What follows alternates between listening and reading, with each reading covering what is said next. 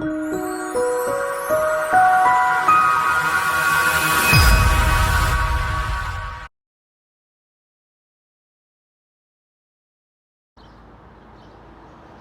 est désormais possible d'acheter des fleurs à n'importe quelle heure du jour et de la nuit.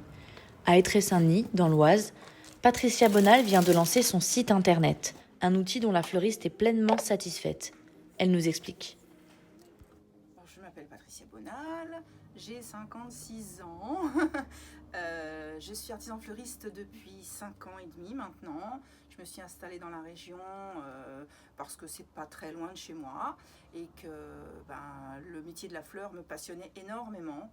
Donc l'avenue Fleury est devenue ma petite boutique à moi et je m'éclate.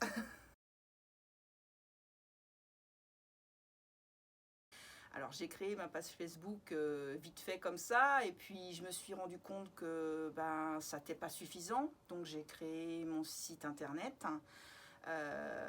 Et puis cet internet, bon, c'était beaucoup de travail, il fallait toujours agrémenter de photos, de nouvelles choses, fallait gérer toutes les photos en fonction de la saison, et c'était un site vitrine. Donc, disons que il y avait des vues, mais c'était pas trop suffisant par rapport à ce que j'avais envie que ça donne.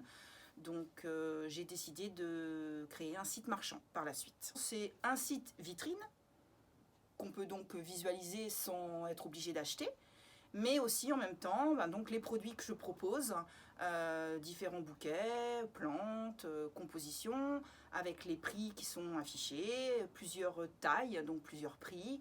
Le paiement est en ligne, avec les frais de livraison s'il faut livrer dans la région.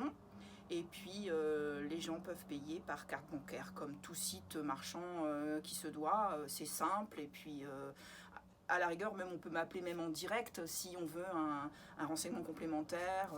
Voilà, ça se fait simplement. Heureusement et malheureusement, on va dire, à cause du Covid, les Hauts-de-France proposaient une aide à l'installation du numérique. Moi, comme je n'avais que ce site vitrine à l'époque, j'ai pris l'opportunité de créer ce site marchand en même temps. Et donc, les Hauts-de-France m'ont effectivement aidé financièrement à créer ce site. Ça a été quand même un coup de pouce parce que comme je venais de créer le site vitrine, ça faisait des frais supplémentaires et du coup je me voyais pas faire 2 fois la même chose, donc ça m'a mis un petit peu de beurre dans les épinards.